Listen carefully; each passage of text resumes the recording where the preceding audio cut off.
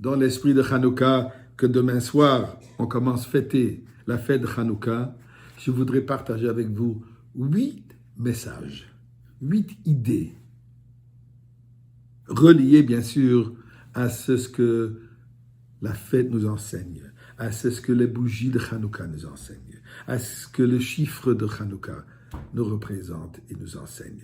Commençons par la première. Hanouka, on illumine, on allume les bougies. La lumière. C'est la fête, d'ailleurs, il y a ceux qui l'appellent la fête des lumières. Pourquoi? Puisque c'est le moment d'illuminer le monde. Et ceci, il faut savoir que c'est vrai pour toutes les mitzvot. Comme connaît l'expression Ner mitzvah ve Torah or. La bougie, c'est la mitzvah. Et la Torah, c'est la lumière qui illumine toutes les mitzvot. Donc, toute mitzvot, elle a cet aspect de lumière qui brille, que nous devons l'allumer. Ce qui est très important à savoir. Même qu'originalement, il y a une discussion dans la Gemara, est-ce que le premier soir, on allume une et on augmente, ou alors le premier soir, on allume 8 et on diminue. Là, la reste et la coutume de tout le monde est, aussi on ajoute, pour nous enseigner que dans la lumière divine, notre lumière intérieure, notre lumière qu'on amène vers l'extérieur, il faut toujours ajouter. On ne peut pas se contenter de la lumière qu'on a eue hier, qu'on a eue avant-hier. Aujourd'hui, ça doit briller encore plus puissant, plus joli, plus fort que la veille. Ajouter de la lumière. Hanouka, on l'allume vers l'extérieur. La Hanoukia, originalement, on l'allumait dehors dans la rue, ou alors vers la fenêtre. Même ceux qui ont la coutume de l'allumer à l'intérieur, il y a une raison pour ça qu'on ne va pas rentrer maintenant dans ces détails. Si chas v'shalom, on sera encore dans le galout, on va essayer d'en parler. Mais en principe, c'est de l'allumer le soir, quand il fait nuit, et de l'allumer vers l'extérieur. Donc ici, il y a 2 messages. Premièrement, que la lumière, elle est pour l'extérieur, donc pour nous enseigner que la lumière du judaïsme, la lumière de la Torah, c'est notre obligation d'illuminer l'extérieur. Et à quel moment? Quand il fait nuit, quand il fait sombre, de ne pas craindre, de ne pas avoir peur, puisqu'il fait sombre à l'extérieur. À quoi bon mes efforts? Il est fait sombre, ça ne va rien changer. Nous dit la Hanoukia, non, allume cette lumière vers l'extérieur puisque tu vas réussir à illuminer l'obscurité qui est extérieure et ne pas se laisser envahir par une crainte, par la peur, que souvent l'obscurité nous effraie. On a peur de cette obscurité. Nous dit la Hanoukia, ne crains pas l'obscurité, illumine-la. Comme il y a marqué,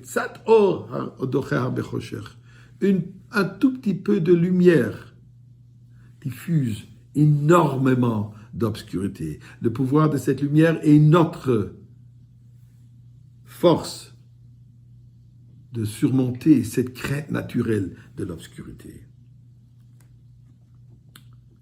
Le rôle primordial que la femme joue dans l'histoire du peuple juif, c'était Yehudit, la sœur de Yehuda Maccabi, qui a réussi à s'infiltrer dans l'attente du général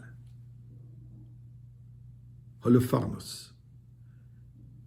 Et, grâce à sa ruse, a réussi de le tuer et de cette manière sauver la bataille, sauver la guerre et assurer la victoire des Maccabim contre les Yevanim. C'est la femme qui assure le survie du peuple juif. Pas seulement à Hanouka, mais durant toute la vie, durant toute l'année, le pouvoir, la qualité, le caractère, la force des femmes. Un autre message intéressant, le shamash. Le shamash qui, en principe, c'est la bougie qu'on allume en premier, on fait la bracha et ensuite avec elle, on allume les autres. Mais intéressant, où est-ce qu'on la place? On la place séparément et en général à la hauteur, plus haut que le reste de bougies, pour nous enseigner que celui qui allume le prochain, celui qui se donne pour le prochain, celui qui se consacre pour le prochain, celui qui allume la lumière du prochain, qui ne pense pas que lui perdra quelque chose de cela. Au contraire, il sera supérieur, plus haut que le reste des bougies. l'importance de penser au prochain. La bougie qui n'est qu'un objet matériel. Mais quand on y ajoute une petite flamme, elle se transforme. Le monde matériel, quand on y ajoute la lumière de la Torah, elle est entièrement transformée en devenir la bougie de Hanouka, une lumière de Hanouka. Et c'est quoi cette lumière de Hanouka? Comme nous le savons, on fête Hanouka pendant 8 jours. 8 qui représentent le chiffre de l'infini, l'au-delà de la limite. Le 7, ce sont les 7 jours de création. Ce que Ramban considère le Shivat Yemei Hekev, le monde limité. Le 8e représente l'infini.